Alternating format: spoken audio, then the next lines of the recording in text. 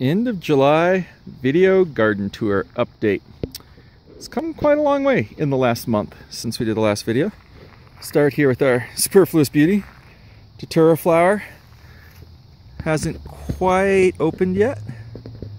Maybe will later tonight. I'll take a picture if it does. So psyched. It's one of my favorite flowers. Just so beautiful. The sunflowers are going off. I'll zoom in on those in a minute. They're really full of bees. The bees love it. And obviously all this corn in the front bed, which is all breeding project stuff, is all starting to send up tassels and silks. I've been detasseling this sort of middle row.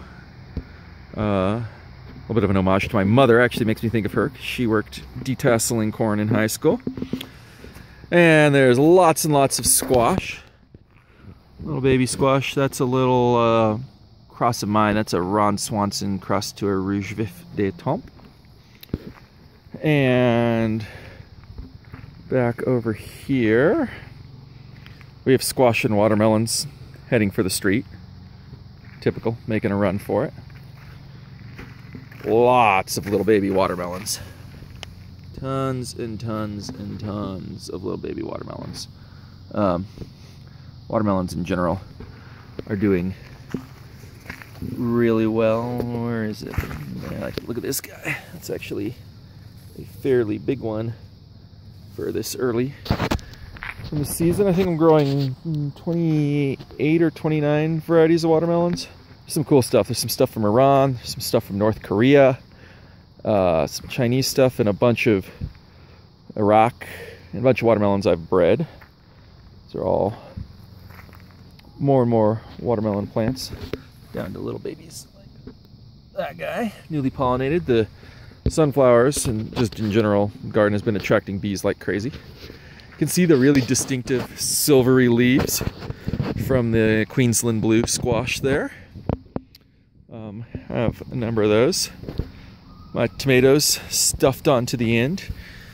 Cool little bit of anthocyanin on the top of these. This is from the Antho Mystery Cross. Little extra sunflowers growing out of the end of stuff. Those were a last minute plant, but I like having the sunflowers around. Got some little Turk's turban squash growing out of their bed and out into the yard here. Those are going to be really pretty when they're finished. Queensland blue, you can see I hand pollinated this one this morning, made a cross.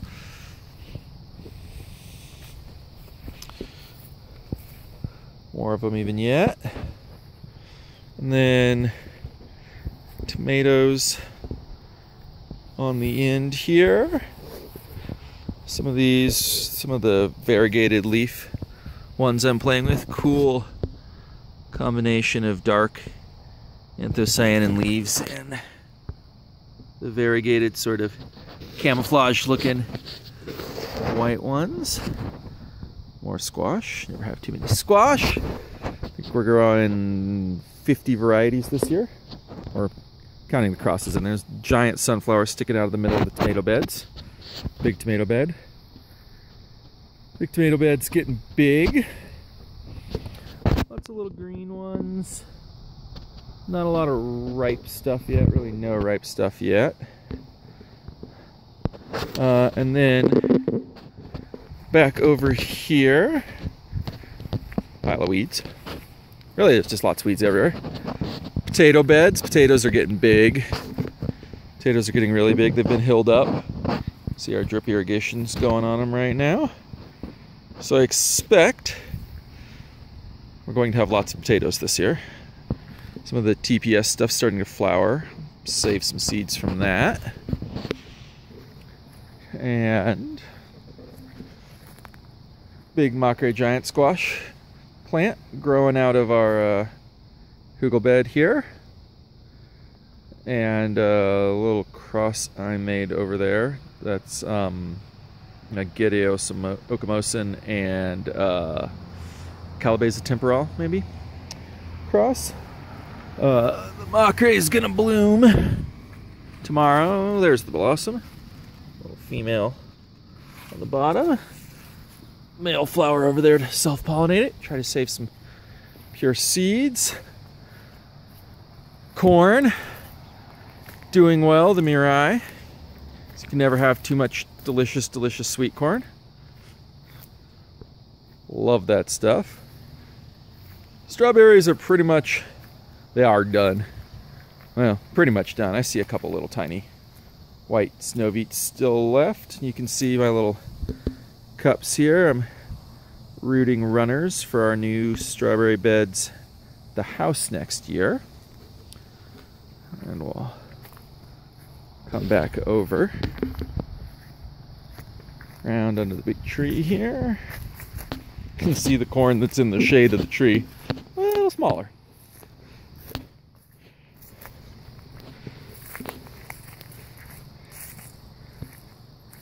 Many more tomatoes.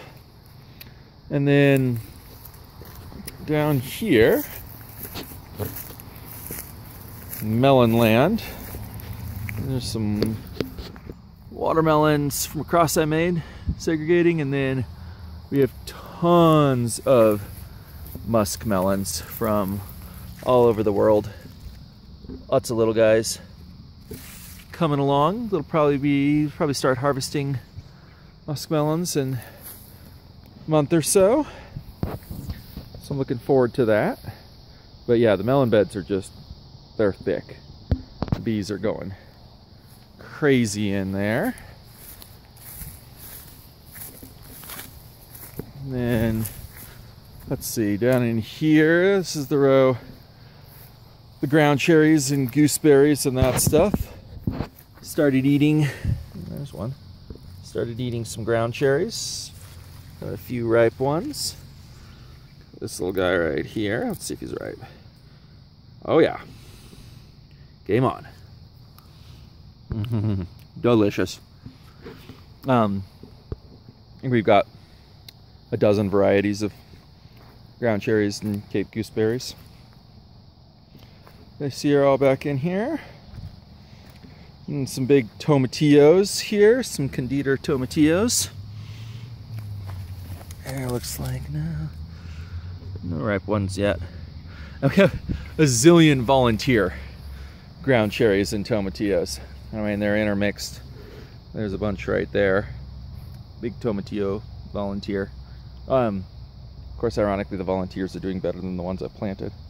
But that's cool. Always keep volunteers.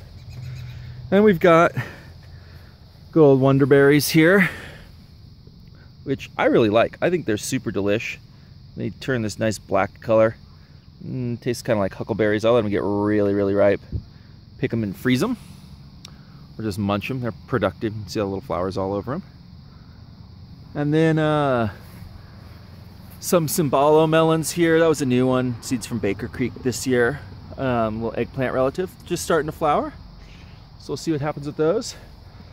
And then peppers doing their thing. Peppers struggled a little bit this year. We had a little soil fertility issue, but some fertilizing and some some foliar feeding with some Dynagrow has really brought them back.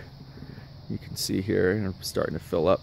You can really see where the old soil with the soil fertility problem was over here, and then the new extensions to the bed I dug where there's not a soil fertility problem, but the little ones in the middle they're starting to catch up.